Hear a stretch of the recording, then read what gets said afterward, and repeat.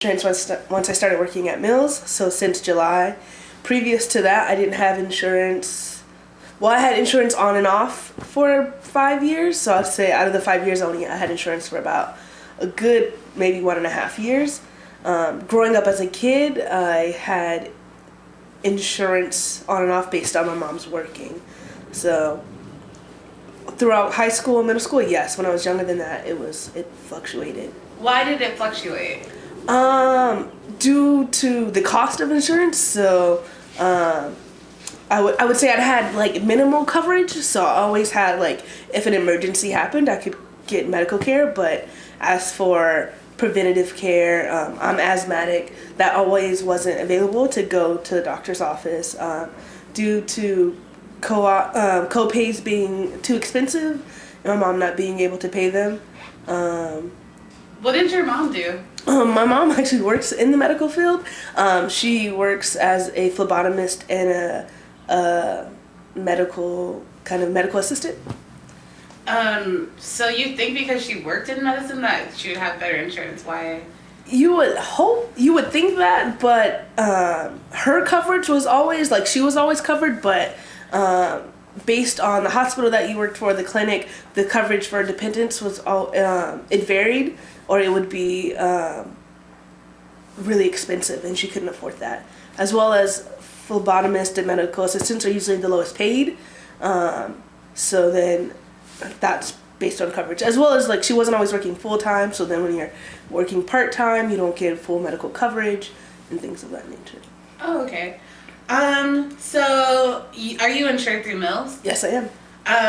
And would you say it fully covers you? Are you able to get things like your asthma care? Yes, I am. And when you were in college, were you insured? No, I was not. So unlike Mills, where I went to school, like at Mills, everyone has to be covered and have insurance. I went to San Jose State, and we have a health center. So you were covered as a student. Your health needs could be met from the health center, but the health center does not meet all of your medical needs. So I did not have health insurance, but I did have access to, like, if I had a code to see a doctor. But what about, did you have any like asthma attacks? Yeah, definitely had asthma attacks. And so I was able to get like the inhalers through the health center. But over the summer, during breaks, when the health center was closed, I didn't have access to that. Oh, okay. So you said in the past 5 years you had insurance kind of sporadically. Uh-huh. What were some of the things that meant that you did not have insurance? Like, what caused that? Being on my mom's health insurance, and if she moved jobs, it was always like, oh, if you submit these papers during this period of time, you could get health insurance. And if we missed that date by like a day, that also, I don't live in the same city as my mom, and so sometimes that was always hard to, like, what papers do I need, and getting that information, because it was based on me being in school. And so that always changed, as well as my mom was unemployed for a period of time, so then the insurance that I would have had through her didn't exist anymore. When I say the word insurance, what do you think of? I think of like health insurance, so like your medical insurance. Also, I think of the main as like being able to go to the doctor, and then like the dentist and going to the eye doctor. Do you have dental insurance? Now, since I work at Mills, I do. Previous to that, no. I only had it when I was in high school because I had braces. What's your relationship to doctors? Like, when I say doctors, like, what do you think of? When you say doctors, I think of multiple things. Sometimes, I guess my relationship with them is, it's not like when I'm sick I go to them, not as like someone when I have questions that I could go to, or preventative things. I see it more as like, if you're sick, go to a doctor. Why don't you go see a doctor? I think it has to do with just my growing up, my experience with doctors. It was always something like, oh, you're sick, now you go to the doctor, not preventative. It wasn't, the yearly checkups didn't always happen yearly. Why do you think that is?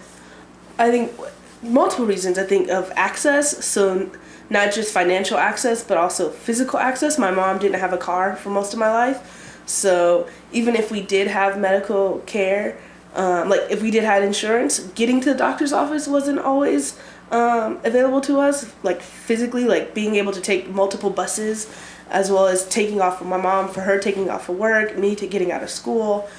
It wasn't easy access in that way. Now that you do have insurance, do you take those preventative? Not as much as I should have. I feel like now, because I've learned to take care of myself without having to go to the doctor, of like doing herbal teas and homeopathic methods, that I don't go to the doctor as much as I should.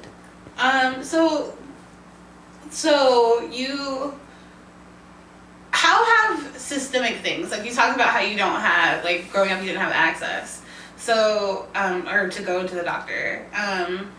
So how have those things, like access, like kind of molded your relationship now to healthcare?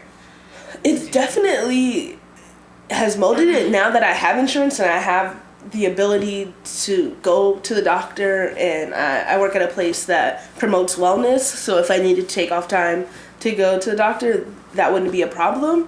But I feel like it's still a mentality that I have not changed, of feeling conscious of, that means that's going to be X amount of time I'm going to be away from work, I'm going to miss this meeting, and feeling that anxiety.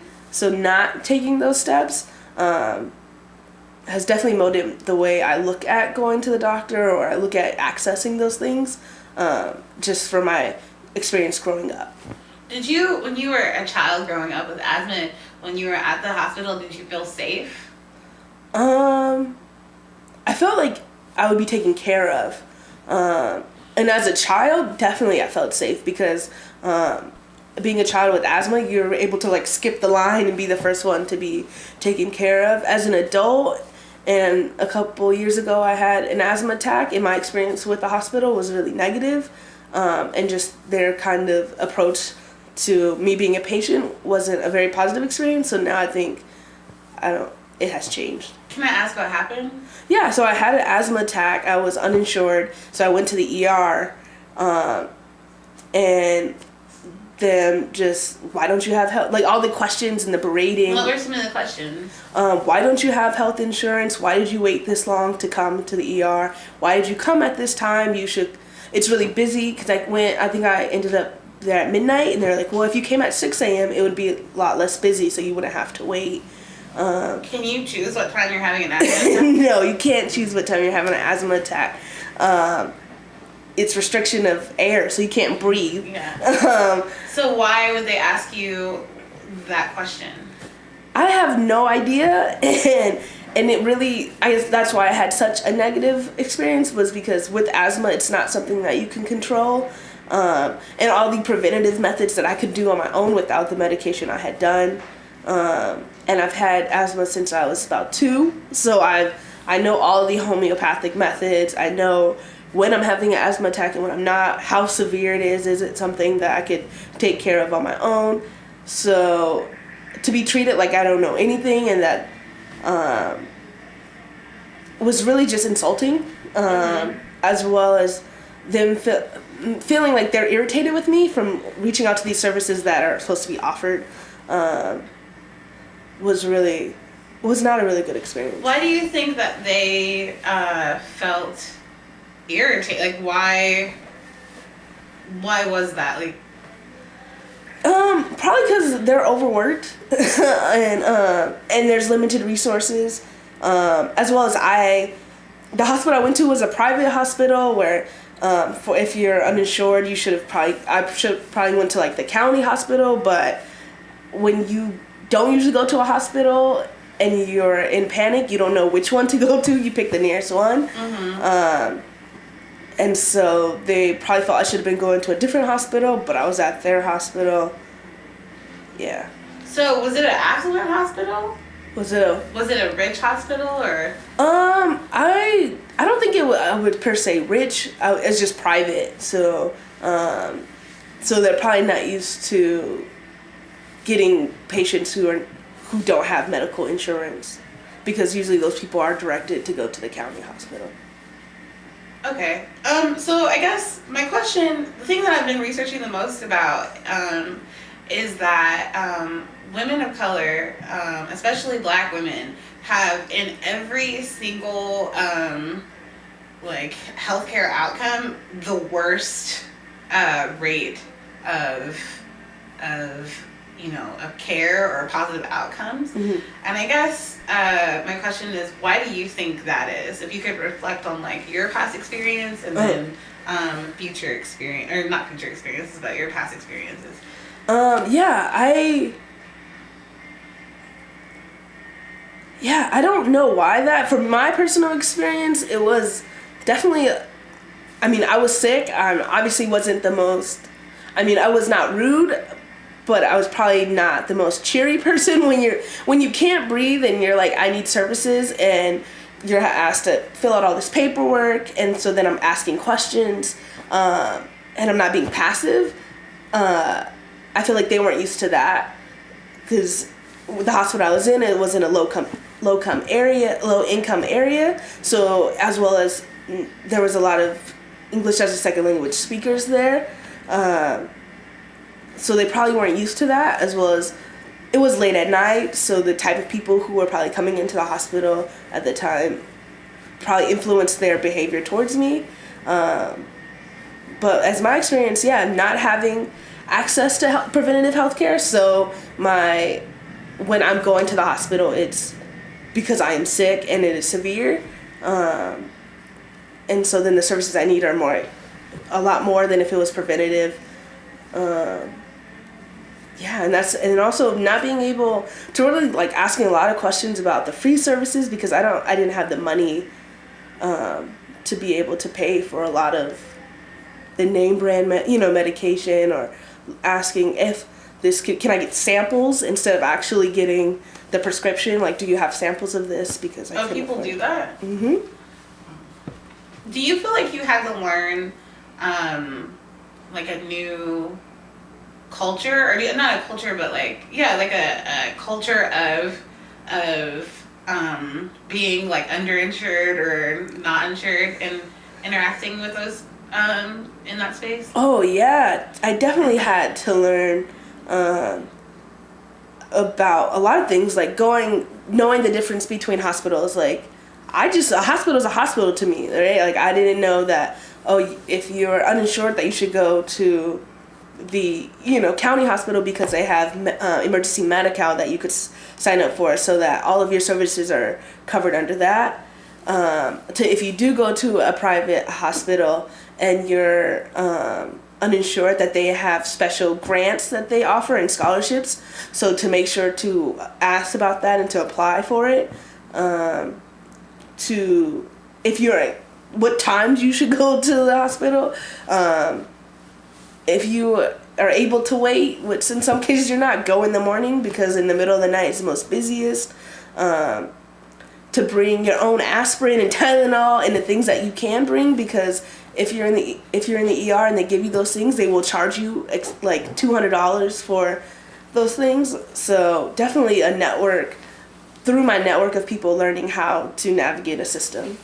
Okay, I guess my last question is going to be, if you could say what your ideal health interaction would be, or your ideal insurance or whatever, what that would be, what would it be like? Ideally, in a utopian world, we would have universal health care, so that no matter what hospital, what area, what time of day, if you were in need of medical services, that you would be able to go to a hospital and they would be able to serve you without a cost. And that, or without the fear, because another reason when I recently went to the hospital, why I waited so long was because I was like, this will subside. Wait, I know the anxiety of knowing I'm uninsured and going to the ER, how much that's going to cost. And so really putting my own health at risk because of finances. In an ideal time, that wouldn't even be a case. As well as interaction is to be able to have an advocate there, someone who, when they're asking you all these questions, could really break down the medical jargon to what are they asking you, how can you get this information, to really be calming. If there's not an individual advocate who's there that the nurses and the staff could be that for patients.